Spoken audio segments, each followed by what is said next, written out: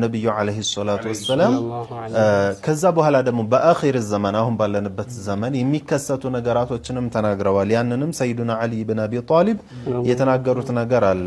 ነብዩ አለይሂ ሰላቱ ወሰለም ሲሉ ሰምቻለሁ አሉ። ቡኻሪና ሙስሊም የዘገቡት ሐዲስ ነው። ሰይዱና አሊ ረዲየላሁ ዐንሁ ያስተላለፉት ነው።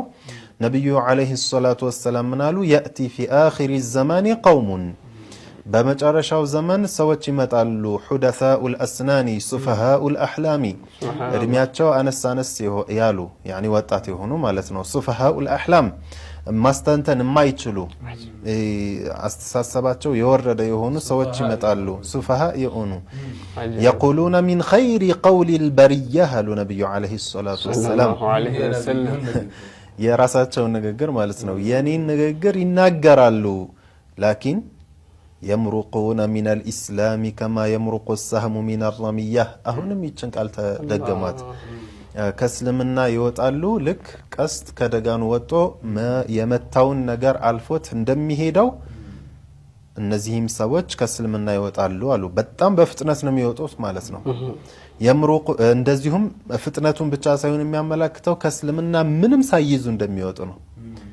ያኒ እስልምና ምንም ትንሽ እንኳን እስልምና አላቸው የሚባል ኢማንን የሚያስቀር የሆነ ነገር የላቸውም ነው። ለምን በቃ ኢማን የሚባለው ነገር እንግዲህ ነብዩ አለይሂ ሰላቱ ወሰለም እንዳሉት በሌላ ሐዲሳቸው يخرج من النار من قال لا اله الا الله وفي قلبه وزن ذره من ايمان ብለዋል።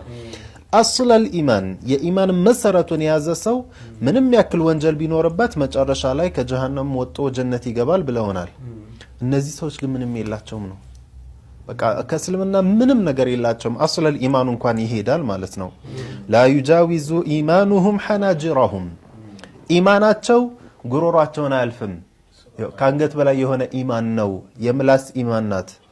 የቀልብ ኢማን የላቸውም። የሚያወሩት ቃል አላህ ብለው ቃል ረሱል ብለው የሚያወሩት ነገር በሙሉ የምላስ እንጂ የቀልብ አይደለም በማለት ተናግረዋልና ይህ ፊትና የሚባለው ቅድም እንዳልነው ሼኻችንም እንዳሉት መሰረቱ ከመሰረቱ ነብዩ አለይሂ ሰላቱ ወሰለም እንደነገሩን ቁርአንና ሐዲስን በትክክል ባለመረዳት እነሱ በሚፈልጉት ሐሳብ በመተርጎም ነው የሚመጣውና ማንኛውም ሰው ግዴታ አለበት ሐቁ የትኛው ነው የሚለውን ነገር ለይቶ የመከተል ግዴታ አለበት። ሐቅ ደግሞ አንድ ነው የሚሆነው።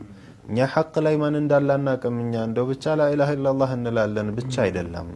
ሐቅ የትኛው ጋር ነው ሱሐባዎች የነበሩበት ታቢዒዎች የነበሩበት እኛ ድረስ የነበሩት አሁንም ያሉት ዑለማዎች የትኛውን መንገድ ነው የተከተሉት የሚለውን ነገር ማየት አለብን እና ደግሞ ሐቅ አንድ ነው።